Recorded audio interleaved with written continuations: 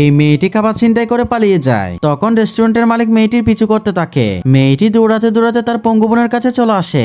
এরপর রেস্টুরেন্টের মালিক এসে পুরো ঘটনাটি দেখতে থাকে। তখন মেয়েটি তার বোনকে বলে, আপু তোমার জন্য খাবার এনেছি।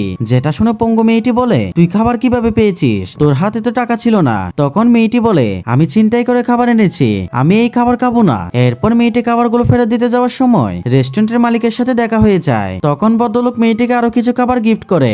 এরপর সে বোনের কাছে আসলে পঙ্গু মেয়েটি খাবার খেতে রাজি হয়ে যায়। এরপর ভদ্রলোক বলে, আপনার বোনের কি হয়েছে? তখন মেয়েটি কাঁদতে কাঁদতে বলে, আপু অ্যাক্সিডেন্ট করে পঙ্গু হয়ে গিয়েছে, টাকার অভাবে চিকিৎসাও করাতে পারছি না।